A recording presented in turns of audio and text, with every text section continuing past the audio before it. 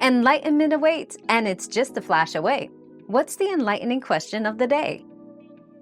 When you crack your joints, gas bubbles in the joint fluid burst, causing that popping sound. It's harmless and doesn't lead to arthritis. Despite common myths, cracking can actually improve joint mobility and relieve tension temporarily. But if it ever causes pain or swelling, you should see a doctor. So, occasional knuckle cracking is generally safe and won't damage your joints. Our quest for knowledge never ends. Thanks for being part of today's discovery. Subscribe, like, and share to join us on the next one.